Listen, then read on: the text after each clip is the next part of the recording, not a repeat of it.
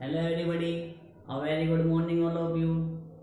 मैं तुल कुमार एक बार फिर से अपने तुल स्टडी यूट्यूब चैनल में आपका हार्दिक स्वागत करता हूँ। कैसे हो आप सब? जल्दी से बताइएगा जी, कैसे हो आप सब? आई होप अच्छे होंगे, अच्छे से मेहनत कर रहे होंगे और इंजीनियरिंग के कंसेप्ट को बहुत अच्छे से समझ रहे होंगे। गाइज, मेहनत करते रहना चाहिए, पढ़ते रहना चाहिए, क्योंकि कोशिश करने वालों की कभी हार नहीं होती गाइज, है ना। देखो गाइज, मैंने आपको पिछले लेक्चर में पढ़ाया था वर्किंग स्टेज मेथड। ठीक है, वर्किंग स्टेट मेथड के हमने सभी प्रॉब्लम्स सॉल्व कर ली हैं। आज हम लेकर के चलेंगे limit state method. Limit state method point of exam view and sorry engineering के कंसेप्ट को लेकर के जो एलएसएम मेथड है बहुत ही इंपॉर्टेंट है। आज आपको अच्छे से समझना है। मैं एलएसएम के कंसेप्ट आपको अच्छे से समझाने की कोशिश करूंगा। ठीक है गाइज, लेके चलते हैं एलएसएम, लिमिट स्टेट मेथड।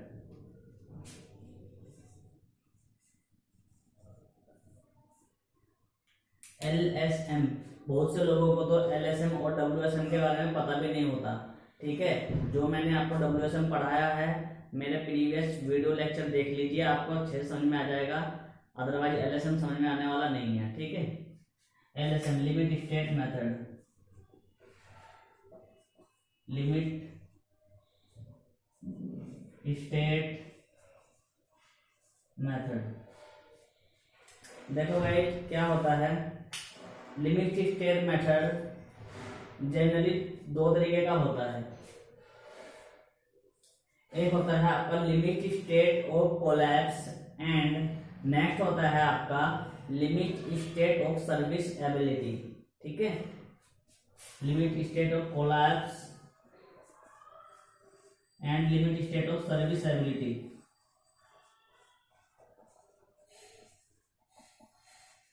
ठीक है गाइज, तो लिमिट स्टेट ऑफ कोलैप्स को हम लेकर के चलेंगे। देखो लिमिट स्टेट ऑफ कोलैप्स क्या होता है, कैसे हम इसको डिफाइन करते हैं। इसके अंदर हम पढ़ते हैं जनरली टॉर्जन पढ़ते हैं, कंप्रेशन एंड शियर पढ़ते हैं। ठीक है गाइज, टॉर्जन, कंप्रेशन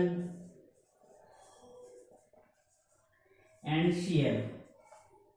ठीक है, हाँ, आप लोग क्या करिएगा, जो मैं लिखवा रहा हूं आप लोगों को, आप नोट्स बनाते हुए चलिएगा। ठीक है, अदरवाइज आप ऐसे समझ कर रहेंगे तो आपको समझ में नहीं आने वाला। आप पर्टिकुलर्स को लिखते हुए चलिएगा। ठीक है, सर्विस एबिलिटी का मीनिंग क्या होता है? सर्विस एबिलिटी का मीनिंग होता है सर्विस की एबिलिटी, सर्विस की एबिलिटी। ठीक है, सर्विस की एबिलिटी। अब भी समझ में नहीं आया होगा। अरे सेवा बोलते हैं एक तरीके से, सर्विस बोले तो सेवा। कैसे की जाती है इसकी सेवा, कैसे की जाती है सर्विस की एबिलिटी? देखो गाइस क्या होता है, जो हमारा बिल्डिंग स्ट्रक्चर होता है उसमें जनरली तीन तरीके के डिफेक्ट्स पाए जाते हैं अधिकतर। जैसे एक तो क्रीप होता है आपका, सेकंड वाइब्रेशन, थर्ड होता है डिफ्लेक्शन।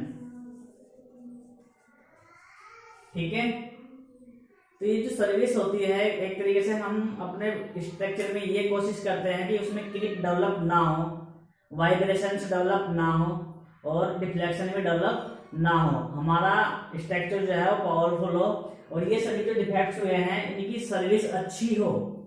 ठीक है, इसी को सर्विस एबिलिटी बोलते हैं। ठीक है गाइज, ये नोट कर लीजिए आप।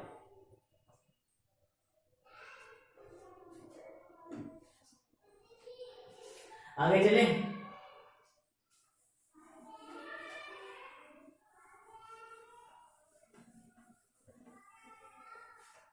देखो भाई आगे बढ़ते हैं हम। Partially safety of factor, partially safety of factor.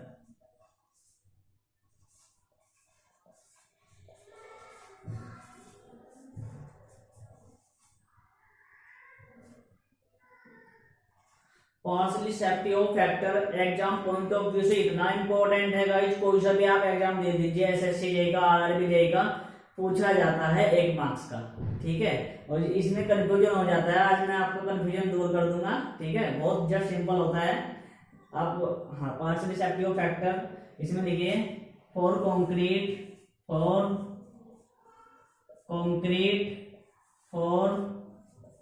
Steel. Partially safety factor concrete के लिए कितना होता है और स्टील के लिए कितना होता है ये पूछा जाता है अक्सर, ठीक है। और यहाँ पे कंफ्यूज हो जाता है, तो देखो गाइस आपको कंफ्यूज नहीं रखना है। कंक्रीट के लिए होता है 1.5, कंक्रीट के लिए होता है आपका 1.5 और स्टील के लिए होता है आपका 1.15, ठीक है। समझ में आ गया। मैंने अपने पिछले वीडियो लेक्चर आरसीसी का जो वीडियो लेक्चर 1 था उसमें भी पढ़ाया था आपको कि इसमें कंक्रीट के लिए कम क्यों रखा जाता है, स्टील के लिए मतलब कंक्रीट के लिए ज्यादा क्यों रखा जाता है, स्टील के लिए कम क्यों रखा जाता है पार्शियल सेफ्टी फैक्टर। देखो इसका मीनिंग क्या है, क्यों रखा जाता है, इसका कारण क्या है। इसका ये है जो स्टील होता है, स्टील जनरली फैक्ट्री में बनाया जाता है, ठीक है, वहां पे डिफेक्ट्स होने की संभावना कम रहती है, ठीक है। जो कंक्रीट होता है जनरली बाय हैंडिंग मिक्सिंग के द्वारा बनाया जाता है कंक्रीट, तो इसमें इसलिए इसका जो पार्शियल सेफ्टी फैक्टर होता है वो जनरली ज्यादा रखा जाता है, ठीक है गाइस। समझ में आया, अब कंफ्यूजन तो नहीं होगा। कंक्रीट में ज्यादा होता है, स्टील में कम होता है, ठीक है। कंक्रीट में ज्यादा होता है, स्टील में कम होता है, क्योंकि स्टील आपका फैक्ट्री वगैरह में तैयार किया जाता है, तो इसलिए उसकी जो स्ट्रेंथ होती है करीब 90% प्लस होती है, ठीक है। इसलिए इसमें डिफेक्ट होने की संभावना कम रहती है, इसलिए इसका पार्शियल सेफ्टी फैक्टर कम रखते हैं, ठीक है गाइस। उतार लिया, नोट करते हुए चलिएगा, आगे चले। नेक्स्ट आता है आपका डिजाइन लोड। नेक्स्ट आता है आपका डिजाइन लोड। देखिए डिजाइन लोड के लिए कैसे कैलकुलेशन करते हैं, डिजाइन लोड कैसे निकालते हैं, stress into partially safety factor, sorry stress नहीं लोड आएगा। Design load is equal to load into partially safety factor. यदि मैं बात करूं डिजाइन स्ट्रेंथ की, डिजाइन स्ट्रेंथ कैसे निकालते हैं, design strength strength multiply partially safety factor. यदि मैं किसी भी टर्म की पार्शियली सेफ्टी फैक्टर की से मल्टीप्लाई करता हूं तो डिजाइन निकल के आता है। जैसे यदि मैं लोड की मल्टीप्लाई पार्शियली सेफ्टी फैक्टर से करता हूं तो डिजाइन लोड निकल के आता है। यदि मैं स्ट्रेंथ की मल्टीप्लाई पार्शियली सेफ्टी फैक्टर से करता हूं तो डिजाइन स्ट्रेंथ निकल के आती है। यहां तक का समझ में आया, निकाल लोगे। डिजाइन लोड कैसे निकालते हैं, जस्ट कुछ नहीं है, पार्शियल सेफ्टी फैक्टर से मल्टीप्लाई करनी पड़ती है, ठीक है। यदि आपसे कंक्रीट के लिए डिजाइन लोड निकालना है तो कंक्रीट के पार्शियल सेफ्टी फैक्टर से मल्टीप्लाई करना होगा। यदि आपसे स्टील का निकालना है तो आपसे स्टील के पार्शियल सेफ्टी फैक्टर से मल्टीप्लाई करना होगा, ठीक है। आगे चलते हैं, नेक्स्ट चलते हैं, अजम्पशन पे आते हैं। हेडिंग डालिए अजम्पशन। देखो अजम्पशन में क्या होता है, आरसीसी में जो अजम्पशन होते हैं ये इतनी इंपॉर्टेंट होती है, आप कुछ पढ़ के ना जाओ, इसी अजम्पशन पढ़ के चले जाओ। हिंदी में बोलते हैं मान्यताएं आती है हिंदी में, ठीक है। जिन्हें हिंदी में इंग्लिश में थोड़ा कंफ्यूजन है भाई हिंदी में कन्वर्सेशन कर सकते हैं, ठीक है। तो सबसे पहले आता है पॉइंट नंबर 1, हाँ लिखो section remain plane, section remain plane before and after bending, before and after bending, ठीक है। सेक्शन जो होता है वो प्लेन होता है, चाहे मतलब before and after bending, bending से पहले सेक्शन रिमेन सेम होगा और उसके बाद भी क्या होगा, बेंडिंग के बाद भी सेक्शन सेम ही रहेगा, सेक्शन पे कोई फर्क नहीं पड़ने वाला, ठीक है। सेकंड अजम्पशन क्या होता है, सेकंड होता है आपका जो कंप्रेशन होता है, कंप्रेशन जो होता है वो कंक्रीट में लेता है और जो टेंशन होता है जनरली, यानी कि कंक्रीट जो है वो कंप्रेशन में स्ट्रेंथ हाई रखती है और टेंशन जो होती है वो स्टील में हाई रखती है, यानी कि कंक्रीट कंप्रेशन में स्ट्रेंथ हाई रखती है, मजबूत ज्यादा होती है, और स्टील टेंशन में मजबूत ज्यादा होता है, ठीक है। और कमजोर कैसे हो जाएगा, यदि मैं कंप्रेशन की बात करूं स्टील से, तो ये स्टील कंप्रेशन में कमजोर होती है और कंक्रीट टेंशन में कमजोर होती है, ठीक है। ये वीकनेस की बात करता हूं, तो यदि मैं स्ट्रेंथ की बात करता हूं तो डायरेक्ट ऐसे होते हैं, कंक्रीट कंप्रेशन में और स्टील टेंशन में स्ट्रेंथ रखती है, ठीक है। नेक्स्ट चलते हैं, maximum strain in concrete. Third assumption है, assumption number third, maximum strain in concrete. Maximum strain in concrete कितना होता है, 0.0035 mm, ठीक है।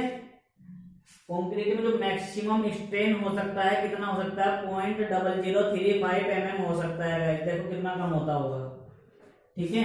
फोर्थ लिखिए, फोर्थ पॉइंट लिखिए, मैक्सिमम स्ट्रेन इन स्टील।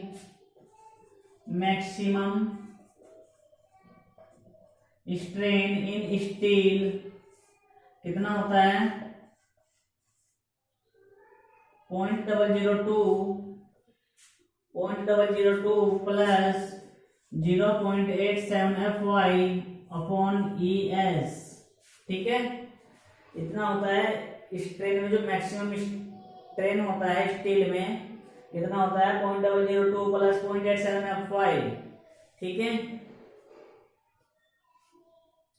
ये क्या है, 0.87 FY, ये आपका होता है डिजाइन स्ट्रेंथ ऑफ स्टील होता है। कैसे निकालते हैं, देखिए यहाँ से ध्यान से समझिएगा कैसे निकालते हैं डिजाइन स्ट्रेंथ ऑफ स्टील। यदि मैं बात करता हूँ स्टील की, स्टील के लिए कितना होता है, FY होता है यील्ड स्ट्रेंथ, ठीक है। क्या होता है, यील्ड स्ट्रेंथ FY होता है। और स्टील का जो पार्शियल सेफ्टी फैक्टर कितना था, अभी ये बताया था मैंने जस्ट आपको, 1.15। यदि मैं इसको इससे डिवाइड करता हूं तो कितना आता है, 0.87 FY, ठीक है। ये स्टील के लिए डिजाइन स्ट्रेंथ होती है, स्टील के लिए ऐसे निकालते हैं। कंक्रीट के लिए बात करूं तो कंक्रीट के लिए कैसे निकालते हैं, कंक्रीट के लिए कैसे निकालते हैं, यदि मैं बात करता हूं कंक्रीट की, 0.67 FY अपॉन कंक्रीट का पार्शियल सेफ्टी फैक्टर कितना होता है, 1.5। इसको 1.5 से मल्टीप्लाई करूंगा तो 0.45 FCK। ये डिजाइन स्ट्रेंथ होती है कंक्रीट के लिए, ठीक है। हाँ ये फिक्स होता है 0.67 FCK, ठीक है। ये नोट कर लीजिए, बहुत इंपॉर्टेंट है। हाँ, डिजाइन स्ट्रेंथ ऑफ स्टील और डिजाइन स्ट्रेंथ ऑफ कंक्रीट, ठीक है। आगे चले,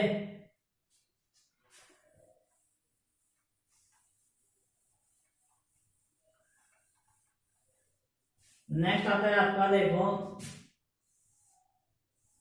ये क्या है आपका, ये एक आपका एक्स एक्सिस है और ये वाई एक्सिस है, ठीक है। कंक्रीट का जो ग्राफ होता है वो इस तरीके से होता है, ये FCK का ग्राफ होता है, ठीक है।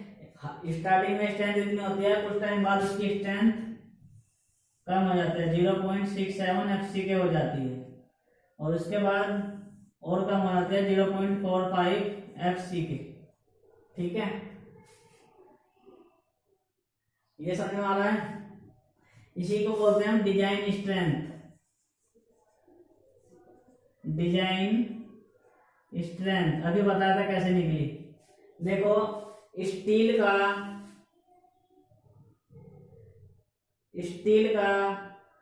सॉरी कंक्रीट का पार्शियल सेफ्टी फैक्टर कितना होता है, 1.5। गुड। यदि मैं इसको 1.5 से डिवाइड करता हूं तो ये स्ट्रेंथ निकल के आएगी आपकी। यदि मैं इसको 1.5 से मल्टीप्लाई डिवाइड करता हूं तो ये निकल के आएगी, ठीक है। ऐसे ऐसे चलता रहता है ये प्रोसेस, ठीक है। तो ये जो होती है डिजाइन स्ट्रेंथ, यहाँ पे जो माना जाता है इसको स्ट्रेंथ को डिजाइन स्ट्रेंथ मान लिया जाता है, ठीक है। समझ में आ गया, कोई दिक्कत? नेक्स्ट आता है आपका, हाँ ये नोट करते हो चलिए, ये बहुत इंपॉर्टेंट है, ठीक है, आपके पढ़कर भी समझ में नहीं आएगा बुक में। हाँ जो समझ सकते हैं और काफी इंटेलिजेंट बंदे होंगे, अच्छी बात है जो समझ सकते हैं। देखो क्या होता है, ये होता है आपका HYSD बार, HYSD बार का ग्राफ ऐसे खींच लिया मैंने, ये किसका ग्राफ है, HYSD बार का ग्राफ है, यानी कि FE 415 या फिर 500 के लिए, ठीक है, समझ में आ गया। और इसके बाद क्या होगा, इसके बाद क्या होगा गाइस, देखिएगा माइल स्टील की बात करूं तो माइल स्टील के लिए कितना होगा, माइल स्टील के लिए कितना होगा, माइल स्टील के लिए FE 250 कितना होगा, कितना होगा माइल स्टील के लिए FE 250 होगा, ठीक है, समझ में आ गया। और ये जिस पॉइंट पर मिलते हैं ना गाइस, वहां तक की जो स्ट्रेंथ होती है वो होती है 0.002, ठीक है, वहां तक की जो स्ट्रेन होती है कितनी होती है 0.002, ठीक है गाइस।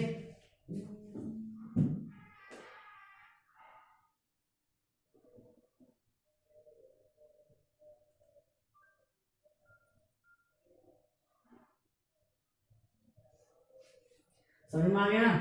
और इससे आगे भी कितनी होती है, ये स्ट्रेन स्टील में कितनी हो जाएगी, अभी बताया था मैंने 0.87 FY अपॉन ES, ठीक है, टोटल स्ट्रेन कितनी होगी, दोनों को ऐड कर लेंगे तो ये आपकी होती है टोटल स्ट्रेन, जो भी अभी अभी देखा था मैक्सिमम स्ट्रेन इन स्टील कितना होता है, दिस होता है, समझ में आ गया। अच्छा ES क्या होता है आपका, ES क्या होता है, ES होता है आपका modulus of elasticity of steel, modulus of elasticity of steel, ठीक है, कितना होता है इसकी वैल्यू 2 × 10⁵ न्यूटन पर mm², ठीक है। नेक्स्ट आता है आपका FY, क्या होता है यहाँ पे, FY था आपका यील्ड स्ट्रेंथ, यील्ड स्ट्रेंथ, ठीक है, यहां तक का समझ में आ गया गाइस, ये नोट कर लीजिए या उतार लीजिए आप, ये बहुत इंपॉर्टेंट चीज है, ठीक है। और आपसे एग्जाम में यहाँ से क्वेश्चन बनते हैं, क्वेश्चन बनते हैं आपसे कि मैक्सिमम स्ट्रेन स्टील में कितना होता है और मैक्सिमम स्ट्रेन कंक्रीट में कितना होता है, कंक्रीट के लिए पार्शियली सेप्टिव फैक्टर कितना होता है, स्टील के लिए पार्शियली सेप्टिव फैक्टर कितना होता है, कंक्रीट में ज्यादा क्यों रखा जाता है, स्टील में कम क्यों रखा जाता है, ठीक है। Serviceability, limit state of collapse के बारे में क्या जानते हो, जंक्शन क्या होती है इसकी, ठीक है। तो ये गाइड बहुत इंपॉर्टेंट था, आपसे एग्जाम में अक्सर यहाँ से पूछा जाता है, ठीक है, नोट कर लीजिए इसको।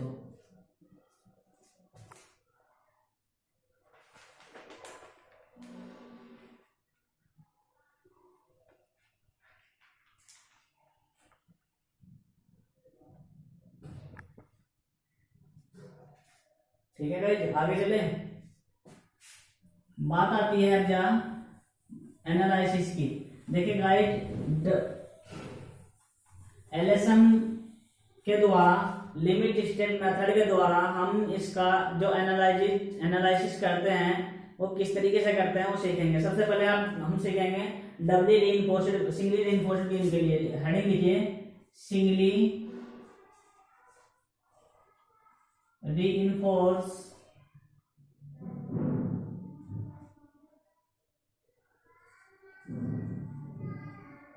Singly reinforce beam. Singly reinforce beam क्या होता है, मैंने आपको पिछले वीडियो लेक्चर में बताया है कि जब आपकी स्टील टेंशन एरिया में प्रोवाइड की जाती है सिंगली रीइंफोर्स्ड बीम कहलाता है, और जब टेंशन और कंप्रेशन दोनों एरिया में प्रोवाइड की जाती है तो क्या कहलाता है गाइस, आपका डबली रीइंफोर्स्ड बीम कहलाता है, ठीक है। आई होप समझ में आ रहा होगा, ठीक है। देखो लेकर के चलते हैं,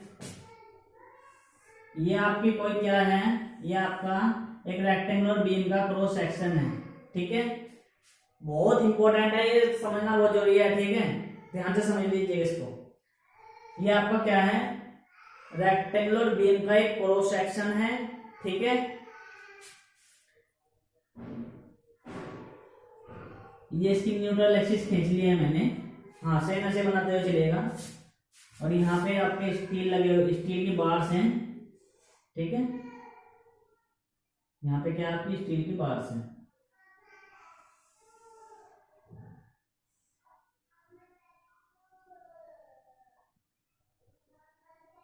सीधी खींच लीजिए उसको,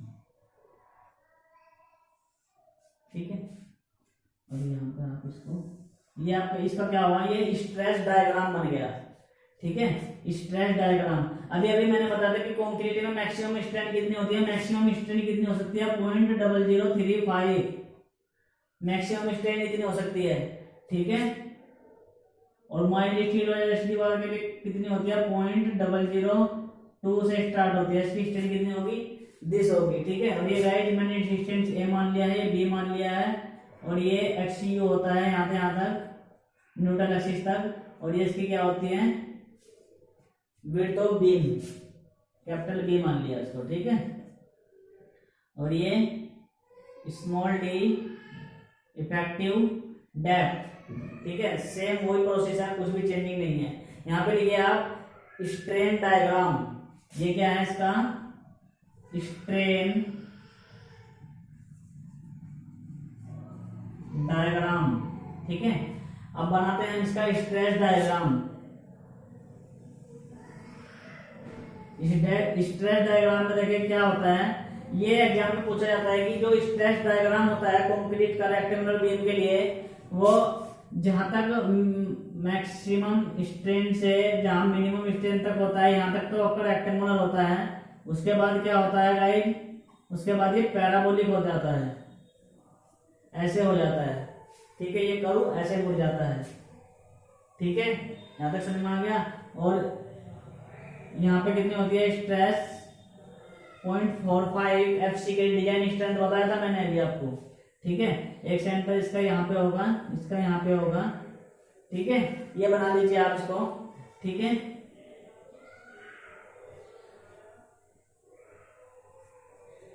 ठीक है,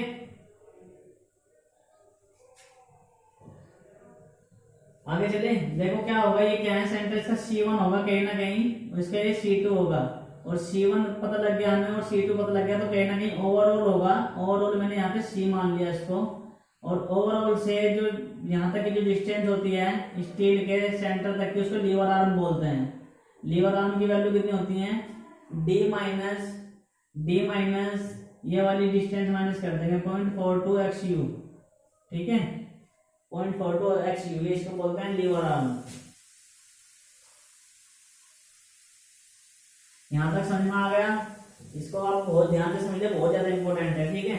देखो भाई जब हम प्रॉपर्टीज लगाते हैं, कुछ प्रॉपर्टी लगाएंगे ट्रायंगल में, दिस अपॉन दिस, यानी कि 0.0035 upon XU, this upon this और दिस अपॉन दिस 0.00 समरूप त्रिभुज है। समरूप त्रिभुज की प्रॉपर्टी मैंने लगा दी है। यहाँ से आप b की वैल्यू निकालिएगा, यहाँ से आप b की वैल्यू निकालिए, पॉइंट से पॉइंट काट लीजिए, ठीक है। और ये 35/2 हो जाएगा, 35/2, 5 से काट ले, 5 चौक 20 और 5 से 35। यहाँ से b की वैल्यू निकालेंगे 4/7 XU आ जाएगी, 4/7 XU आ जाएगी, ठीक है। 4/7 XU आ जाएगी, ठीक है। यहाँ तक समझ में आ गया। और इसी तरीके से एक प्रॉपर्टी इसमें लगाएंगे तो b की वैल्यू कितनी हो जाएगी, क्योंकि टोटल कितनी है XU है, टोटल आपके पास XU है और आपको ये पता चल गया है, तो ये निकल सकते हैं, 1 में से माइनस कर दीजिए, तो a की वैल्यू आ जाएगी 3/7 XU। ये बताओ समझ में आया नहीं? कुछ नहीं किया मैंने, अभी कुछ नहीं किया है, बस a और b की वैल्यू फाइंड आउट की है ट्रायंगल की प्रॉपर्टीज के द्वारा, ठीक है। जो समरूप त्रिभुज होते हैं उनकी जो प्रॉपर्टीज होती है वो लगाया है, और वहां से मैंने a और b की वैल्यू फाइंड आउट की है, ठीक है। तो a की वैल्यू आ रही है 3/7 XU, b की वैल्यू आ रही है 4/7 XU, ठीक है। हाँ ये नोट करते हुए चलिएगा। एक बार आपकी यदि कंसेप्ट समझ में आ गया ना गाइस, ठीक है, आपको बहुत मजा आने लगेगा आरसीसी में, ठीक है। ये आपको बोरिंग लग रहा होगा, ये बोरिंग नहीं है, बहुत इंपॉर्टेंट चीज है, ठीक है। जिसकी समझ में नहीं आ रहा है वीडियो को पॉज कर सकता है, दोबारा देख सकता है, ये बहुत इंपॉर्टेंट चीज है, इसलिए बहुत आस्ते आस्ते करा रहा हूँ, ठीक है। एक प्रॉपर्टी जो लगाइएगा, this upon total depth X U is equal to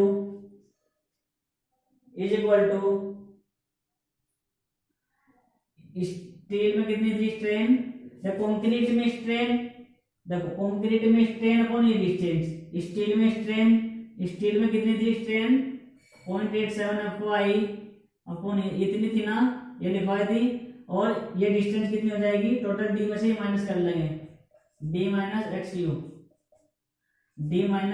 you, ठीक है। ये समझ में आ गया, ये प्रॉपर्टी समझ में आई। देखो कंक्रीट में स्ट्रेन अपॉन ये डिस्टेंस न्यूट्रल एक्सिस तक जहां सेंटर मिल रहा है, और स्टील में स्ट्रेन और ये डिस्टेंस, ठीक है, इनका रेशो जो होगा वो इक्वल होगा, ठीक है। यहां तक समझ में आया, गाइस।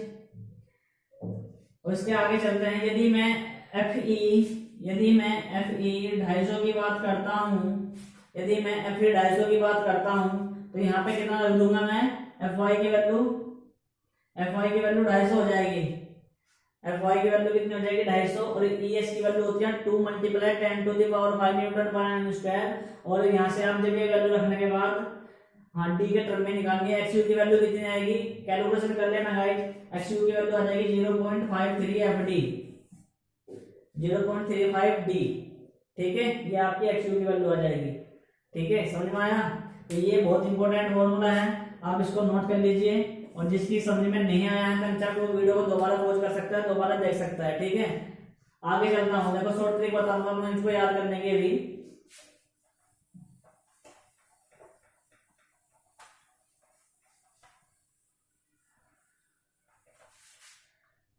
देखो आपने अभी भी निकाला है कि कंक्रीट में स्ट्रेन अपॉन ये डिस्टेंस, और स्टील में स्ट्रेन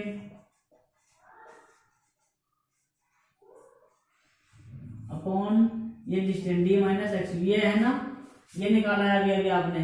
और यहाँ पे देखो यदि मैं FE 250 की बात करता हूँ, FE 415 की बात करता हूँ, FE और कितने FE 500 की बात करता हूँ, ये स्टील के ग्रेड हो सकते हैं और नहीं होंगे, ठीक है। जब मैं इनकी बात करता हूँ तो XU की वैल्यू क्या होगी, तब XU की वैल्यू फाइंड आउट करनी है, कितनी होगी।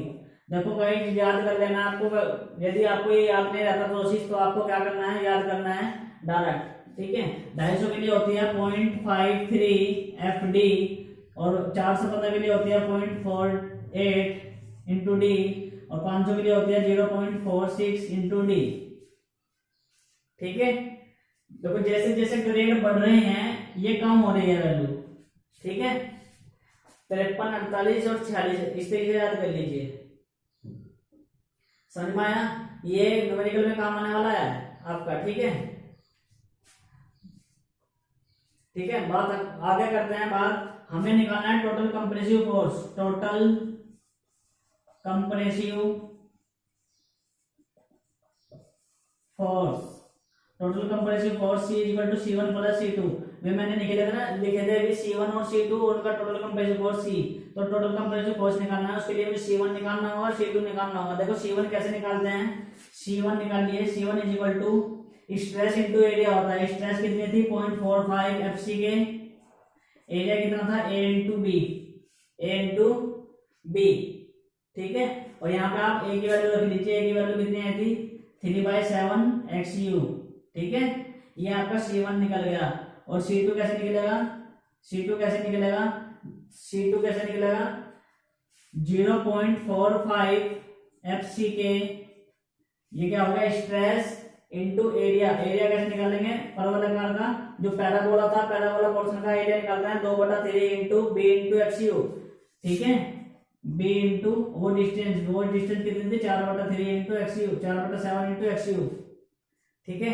यहाँ से आप इसकी C2 भी निकाल सकते हैं और यहाँ से C1 निकाल सकते हैं। यदि दोनों को आप ऐड करोगे C1 और C2 को ऐड करोगे तो टोटल कंप्रेसिव फोर्स निकल के आएगा। टोटल कंप्रेसिव फोर्स की जो वैल्यू होगी वो होगी आपकी 0.36 FC के B × XU, ठीक है। ये है आपका टोटल कंप्रेसिव फोर्स। ये इतना इंपॉर्टेंट है गाइस, न्यूमेरिकल में सिर्फ यही लगेगा। ठीक है, आप इसको रट लीजिए, याद कर लीजिए, समझ लीजिए, जो करना आपको कर लीजिए, लेकिन आप न्यूमेरिकल इसके बिना नहीं होने वाले हैं। 0.36 एफसी के इंटू बी इंटू एक्सयू, 0.36 एफसी के बी इंटू एफयू। ठीक है, बी इंटू एक्सयू। ठीक है, समझ में आ गया? समझ में आया कैसे आया? हाँ, और इसके बाद इसके आगे चलते हैं, इसके आगे चलते हैं।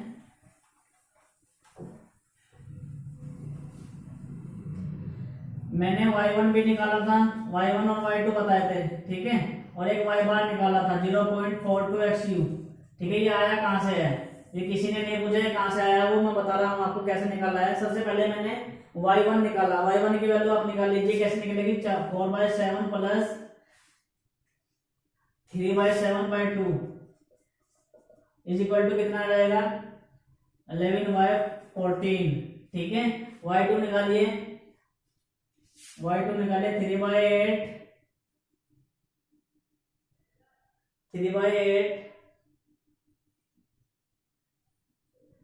इंटू 4/7 इज इक्वल टू कितना आएगा? 3/14। ठीक है, और इसके बाद आप क्या करोगे? प्रॉपर्टी लगाओगे, C into Y equal to C1y1 plus C2y2। ये बता रखा है मैंने, A1 A2 y वाला है, C1y1 C2y2 upon total compressive force is equal to y bar निकल जाएगा। ठीक है, टोटल कंप्रेसिव फोर्स C, ऐसे भी लिख सकते हैं इसको।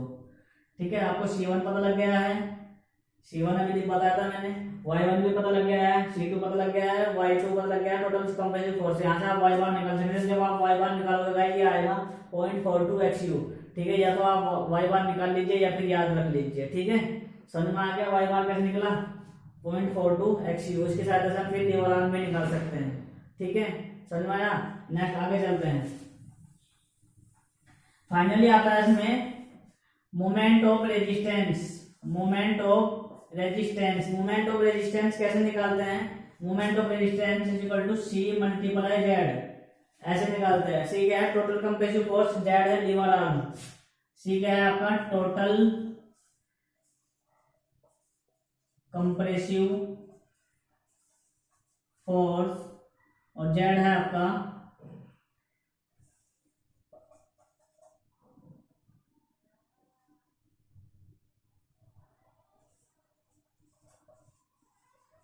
Liver arm. ठीक है, Z क्या है आपका? Lever arm. ठीक है, टोटल कंप्रेसिव फोर्स कितना निकाला था मैंने? टोटल कंप्रेसिव फोर्स कितना निकाला था? टोटल कंप्रेसिव फोर्स निकाला था मैंने 0.36 FC के B इंटू XU, और लीवर आर्म कितनी थी? D minus 0.42 XU। ये क्या है आपका? ये मोमेंट ऑफ रेजिस्टेंस का फॉर्मूला आ गया है। ठीक है, मोमेंट ऑफ रेजिस्टेंस का फॉर्मूला आ गया है, समझ में आया? और एक मोमेंट ऑफ रेजिस्टेंस और निकाल सकते हैं, टोटल कंप्रेसिव फोर्स निकाल लिया, टोटल टेंसाइल फोर्स भी निकाल सकते हैं। टोटल टेंसाइल फोर्स कितना होगा? 0.87 Fy into AST into lever arm. एक फॉर्मूला ये होगा मोमेंट ऑफ रेजिस्टेंस का, ये कंप्रेसिव फोर्स के लिए है और ये टेंसाइल फोर्स के लिए है। ठीक है, समझ में आ गया? आपसे क्वेश्चन में मोमेंट ऑफ रेजिस्टेंस निकालने के लिए ये बोलेगा। ठीक है, इसलिए ये फॉर्मूले पक्के कर लीजिए। आगे आती है, आगे बात आती है स्टेबिलिटी की।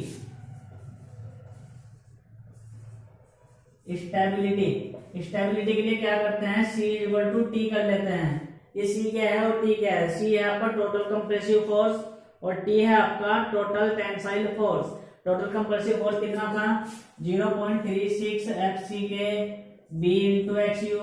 Total tensile force 0.87 Fy into AST। ठीक है, लीवर आर्म नहीं आएगा, वो मोमेंट में आता है। ठीक है, तो यहाँ से आप क्या करोगे?